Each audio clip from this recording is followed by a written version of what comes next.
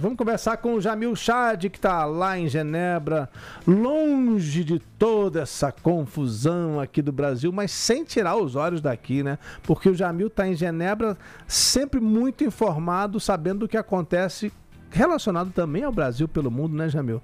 Agora tem uma história do consulado brasileiro de Portugal com uma campanha contra a xenofobia e o discurso de ódio. Aí teve um caso gravíssimo, que eu fiquei chocado, Jamil. Prenderam os dedos do menininho na porta e depois a escola não guardou um pedaço do dedo, Jamil. É por causa disso que começou a campanha? Rodrigo, bom dia para vocês. Joana, bom dia a todos. Olha, é muito sério o que acontece em Portugal. Parece que são casos isolados aqui e ali, mas não é nada disso. O que nós estamos vendo é, de fato, um avanço muito impressionante do ódio, da xenofobia contra o imigrante, de uma forma geral. E aí, não somos nós só, Rodrigo, os afetados, são todos os imigrantes. Portugal vive, sim, uma onda bastante importante de chegada de estrangeiros, muito ricos, alguns, outros nem tanto, mas o fato é que, sim, Portugal se transformou num polo de atração mundial, sem dúvida nenhuma. Eu estive lá recentemente, a quantidade de americano comprando casa em Portugal é uma coisa impressionante. Mas nós estamos falando, obviamente, também de uma questão de xenofobia.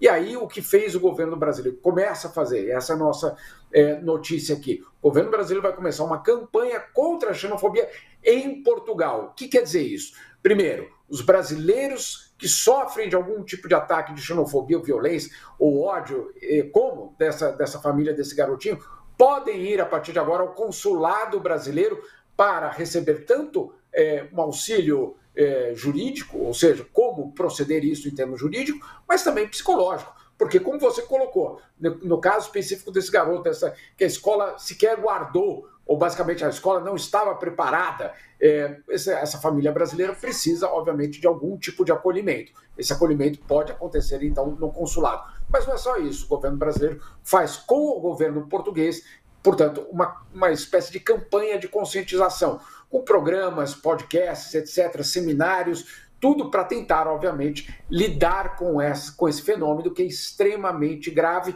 e que tem afetado um número impressionante de brasileiros em Portugal. Jamil, você falou que é contra todo mundo, mas a impressão que eu tenho conversando com amigos em Portugal é que contra os brasileiros é uma questão pior. É que também a gente tem...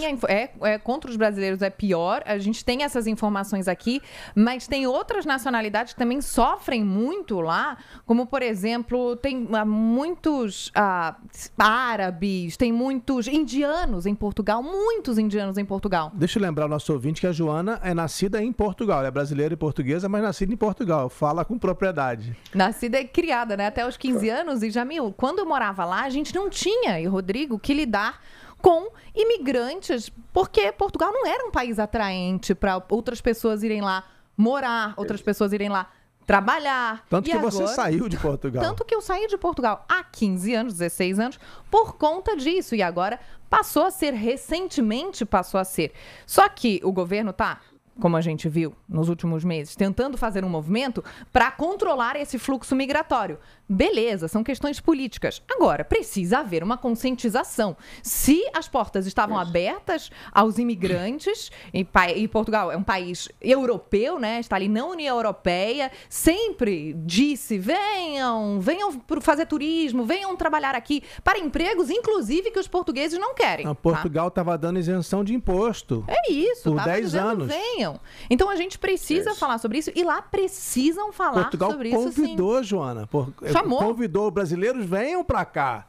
A gente dá isenção de imposto para vocês aqui. Estava precisando de dinheiro. Agora que não está mais precisando de dinheiro, prende o dedo do menino na porta, tá tudo certo. A professora, sabe o que ela falou? A professora disse o seguinte, olha, foi um incidente que podia ter acontecido com qualquer menino. Ninguém teve a intenção de magoar o José. Só que magoar o José foi cortar 2 dedos do José, que teve esses 2 dedos amputados. O menino José Lucas, de 10 anos, teve 2 dedos amputados porque os coleguinhas xenófobos da escola portuguesa prenderam e não tiraram o dedo dele da porta. É simples assim. E a professora disse, podia ter acontecido qualquer um. E já tinha denúncia. A mãe já tinha registrado o menino todo arranhado dias antes. E a escola não fez absolutamente nada. Agora, vocês têm toda a razão, vamos só também colocar num contexto histórico. Nos anos 60, nos anos 70, a Europa foi construída em parte, ou reconstruída em parte, com a mão de obra dos portugueses que vieram aqui para a Suíça, para a Alemanha, para a França, para o Reino Unido, para tantos outros lugares. Eram eles, os imigrantes, que iam justamente trabalhar para reconstruir. Aqui em Genebra é impressionante a quantidade de portugueses que vieram justamente naqueles anos 60 e 70. Adivinha o que acontece em 2008, 2009, 2010, na crise financeira que atinge especialmente Portugal, Grécia e Espanha, se vocês se lembram muito bem. Aí os netos daqueles portugueses que já estavam aqui voltam justamente para continuar esse processo de imigração, até que tudo se endireita, e é excelente que um país tenha um desenvolvimento importante como teve Portugal, sem dúvida nenhuma. Agora, a questão justamente é lidar com esse fluxo. O fluxo ele existe, sem dúvida nenhuma. Agora, esse processo de conscientização é o que o governo brasileiro vai tentar fazer justamente com as autoridades portuguesas. Com um detalhe, e aí 2 estudos muito importantes. O primeiro da própria Comissão Europeia, ou seja, não é um estudo brasileiro falando de Portugal, o estudo da própria Comissão Europeia dizendo que Portugal hoje está sim atrasado no que se refere à forma de lidar com a xenofobia, racismo e ódio. Então, são os próprios europeus dizendo para os portugueses, cuidado, vocês estão atrasados. E 2, um estudo realizado pela Casa do Brasil em Lisboa, com todos os imigrantes, de uma forma geral, e aí os dados são inacreditáveis. 79% dos imigrantes entrevistados, 79% disseram que já sofreram algum tipo de discriminação, ódio ou xenofobia. É muita gente. Desses 79%, quer dizer, de todos os imigrantes entrevistados, 80% eram brasileiros. Ou seja, vamos resumir aqui, a maioria dos entrevistados era brasileira. E dessa maioria, 8 de cada 10 diz que já sofreu algum tipo de episódio de racismo. É isso aí, Jamil. Muito obrigado pela sua participação. Tomara que essa campanha do Consulado Brasileiro dê certo e que realmente haja uma conscientização em Portugal sobre a xenofobia e que o menino, coitado, o menino José, sirva para chamar a atenção para o que está acontecendo, para a gravidade que está acontecendo. Agora são 8 horas e 42 minutos.